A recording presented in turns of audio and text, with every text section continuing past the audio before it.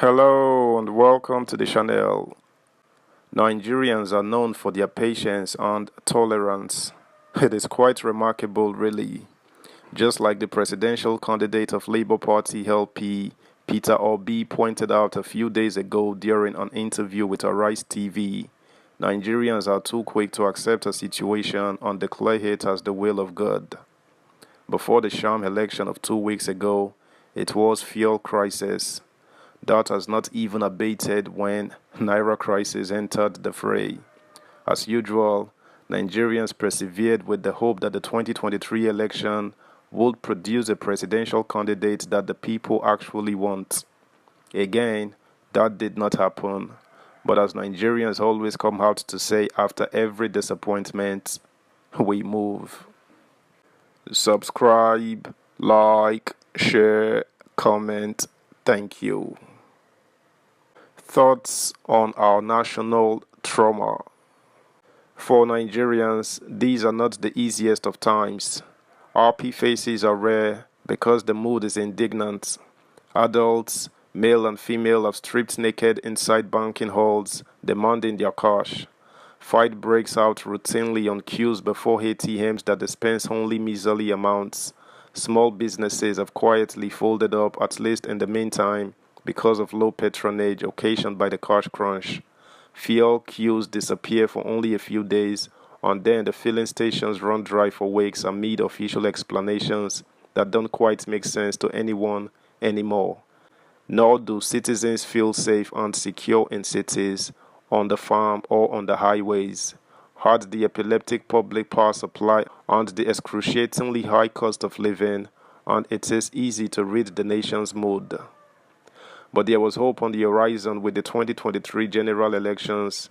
Eligible citizens had been mobilized to get their permanent voters' cards because their votes would count, as the Independent National Electoral Commission (INEC) had promised. Frustration mingled with disappointment because what ordinarily should have been a stroll in to collect your PVC often turned into a search for a needle in a haystack, with allegations of many PVCs missing or lost, raising fears of calculated disenfranchisement of certain groups in the country. Still, messages went viral that whatever anger anyone felt should be taken to the polling booths and expressed as a vote. A third force had also arisen to give the All Progressives Congress APC and the People's Democratic Party PDP a good run. Nigerian youth in their millions were ready to make a statement with their PVCs rather than vote with their feet across the Sahara and through the Mediterranean Sea. The presidential and National Assembly elections were held on February 25, 2023. While there have been much less complaints about the parliamentary polls, on the contrary, both local and international observers, ordinary folks, and the dispassionate have given a thumbs down to the presidential election. It has been a big letdown, a disappointment that has no doubt aggravated our national trauma. There are some triggers of a nation's collective trauma. A catastrophic natural or man-made disaster is one. So is bad news that shakes the foundation of a nation and leaves the citizens reeling. Epic disappointments such as badly conducted elections, which had earlier been hyped as the ultimate game changer in election management, can rattle citizens, as indeed Nigerians have been. This isn't just the whining of sore losers, but widespread disenchantment with a mismanaged presidential election, a position echoed by citizens and foreigners alike. When a nation is traumatized, it slips into a state of agitation, of despair, faithlessness, agony, and irritation. These reactions are compounded by pre-existing conditions which the citizens had been coping with in the hope that somehow they would prevail over relentless adversity.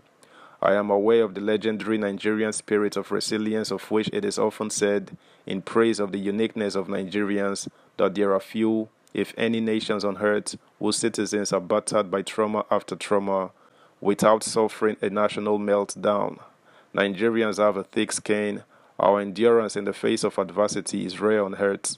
Indeed, Nigerians exemplify the dictum that when the going gets tough, the tough gets going.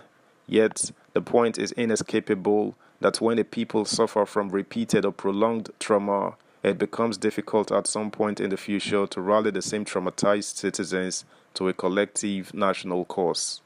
In that circumstance, government may proceed with its programs and projects, but it doesn't have the citizens fully backing the agenda. Citizens who have been traumatized feel alienated and abandoned. They become cynical, which itself is a national mood that fails to acknowledge even the best efforts of government. One of the tasks of a government is to offer hope to its citizens. Hope is a motivator upon which many more laudable ideas can be erected. But to raise hopes is to create expectations and simultaneous duties. The government expects the citizens to act in a certain way, and the citizens equally expect the government to act in a certain way, complementary way.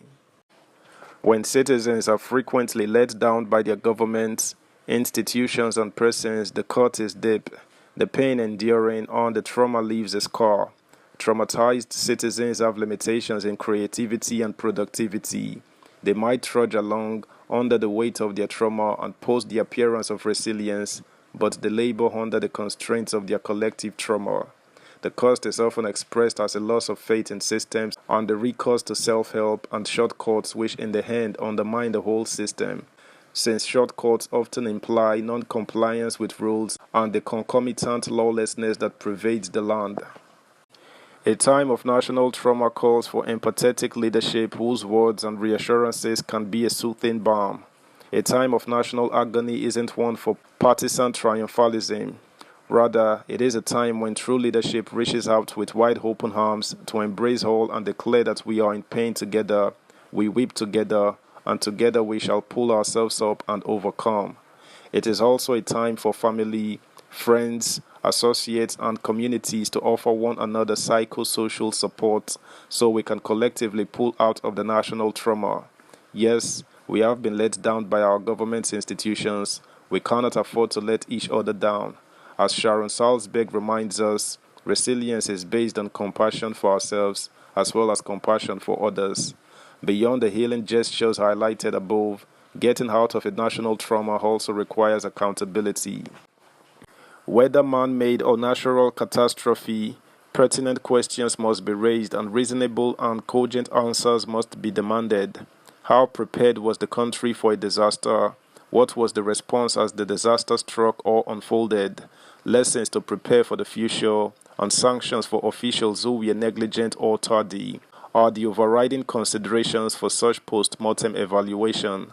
Such a process also gives citizens the feeling that they had not been taken for granted. It equally reassures them of preparations and fortifications against future occurrences. That's the news, guys. Thanks for listening. Until next time, bye.